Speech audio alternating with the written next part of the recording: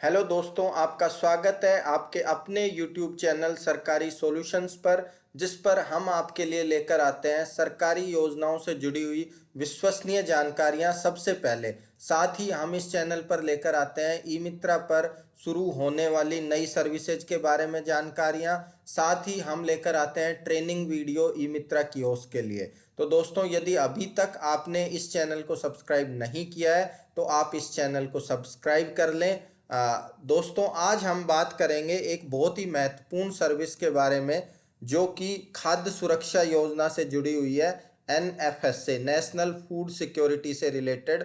तो अभी बजट घोषणा हुई थी जिसमें ये कहा गया था कि 10 लाख परिवारों को इसमें जोड़ा जाएगा, नए परिवारों को। उसके बाद से यूट्यूब पर और सोशल मीडिया पर काफ़ी रूमर्स थी कि ये सर्विस शुरू हो गई है।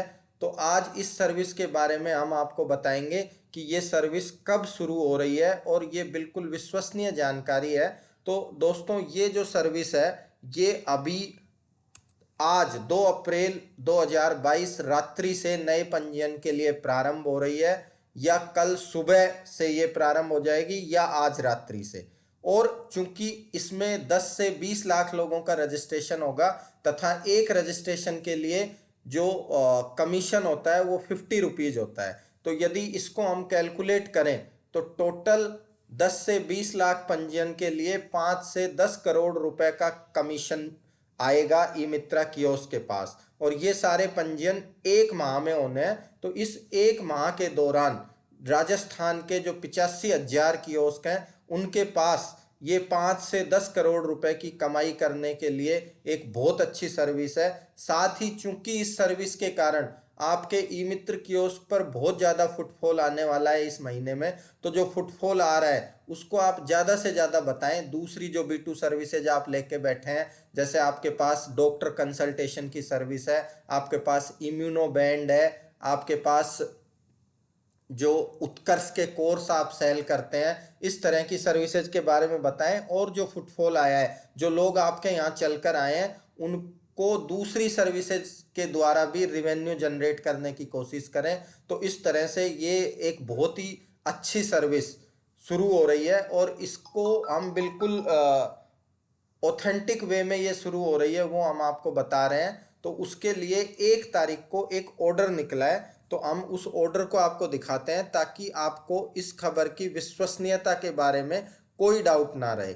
ये देखिए, ये पत्र है फूड डिपार्टमेंट का जो DOIT को आया है। इसमें खाद्य सुरक्षा सूची में नाम जोड़ने के लिए पोर्टल शुरू करने के बारे में लिखा गया है। तो सबसे पहले 2022-23 की जो बजट घोषणा है वो बताई गई है कि वास्तविक रूप से कुछ जरूरतमंद जो लोग हैं वो वंचित रह गए। तो इन लोगों को पात्रता सूची में जोड़ने के लिए 31 जनवरी 2022 तक जो अपीलें हैं उनमें जो सूचीबद्ध परिवार हैं उनको शामिल करते हुए और शेष छूटे हुए परिवारों को मिलाकर लगभग 10 लाख नए परिवारों को जोड़ने की घोषणा माननीय CM महोदय ने की थी। तो इसके क्रम में फूड डिपार्टमेंट ने लिखा है DOIT को कि इस पोर्टल को खोलकर ई मित्रा के माध्यम से नए आवेदन पत्र प्रारंभ करने की प्रक्रिया प्रारंभ करें।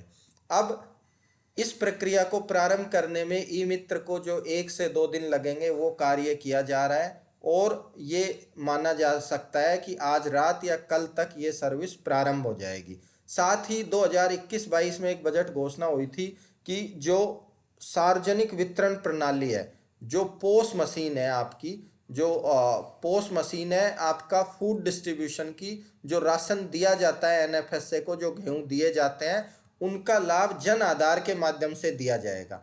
तो आने वाले समय में अगले मंथ में या उससे अगले मंथ में ये भी होगा कि जब आप अपना गेहूं राशन का लेने जाते हैं तो वहां पर आपको जन आधार नंबर अपना देना पड़ेगा और आपको वो राशन है वो जन आधार नंबर के आधार पर ही मिलेगा, ना कि राशन कार्ड के आधार पर। तो मतलब जो जन आधार कार्ड है आपका वो राशन कार्ड को रिप्लेस कर देगा। तो आपको जो भी राशन मिलेगा वो जन आधार के बेस पे मिलेगी। तो इस चीज को ध्यान में रखते हुए जितने भी नए आवेदन आएंगे उन सब में जन आधार कार्ड और आधार नंबर मैंडेटरी किया गया है। तो ये परिवर्तन भी डू इट को करना होगा पोर्टल में। तो ये परिवर्तन के साथ ये फॉर्म खोला जाएगा। इसमें इसलिए 1-2 दिन लग रहे हैं और कल तक ये सर्विस उपलब्ध होने की संभावना है। साथ ही जो पुराने नाम जो एप्लीकेशंस हैं 18/5/2020 को जब ये बंद किया था, उस समय जो पेंडिंग एप्लीकेशंस थी, 1-1.5 लाख के करीब एप्लीकेशन जो पेंडिंग थी, उन एप्लीकेशंस का भी निस्तारण किया जा रहा है। और उन एप्लीकेशंस में यदि जन आधार की सीडिंग नहीं है तो उसमें जन आधार की सीडिंग करने के लिए बेनिफिशरीज को मैसेज भेजा गया है, बेनिफिशरीज को एसएमएस भेजा गया है कि यदि आपके एप्लीकेशन पेंडिंग है और उसमें जन आधार नहीं है तो आप जन आधार की सीडिंग करवाएं। तो ये लेटर देखिए, ये सेक्रेटरी फूड की तरफ से डीओआईटी को आया है ताकि इसको ये आवश्यक परिवर्तन करते हुए पोर्टल को चालू कर दिया जाए। ये 1 तारीख का लेटर है। तो इस लेटर की अनुपालना में 1 अप्रैल का है, तो इस लेटर की अनुपालना में ये सर्विस शुरू होगी।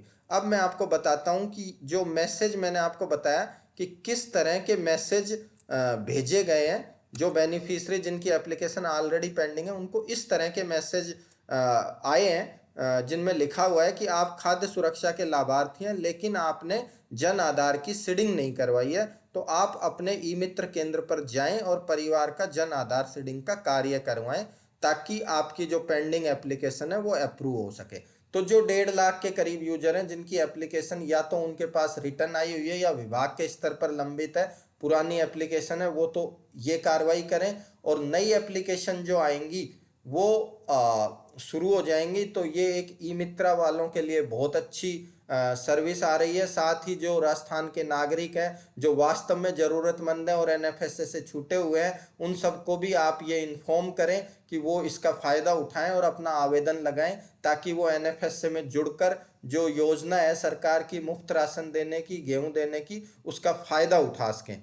धन्यवाद दोस्तों। हमारे चैनल को यदि आपने अभी तक सब्सक्राइब नहीं किया है तो आप इस चैनल को अवश्य सब्सक्राइब कर लें। Thank you very much.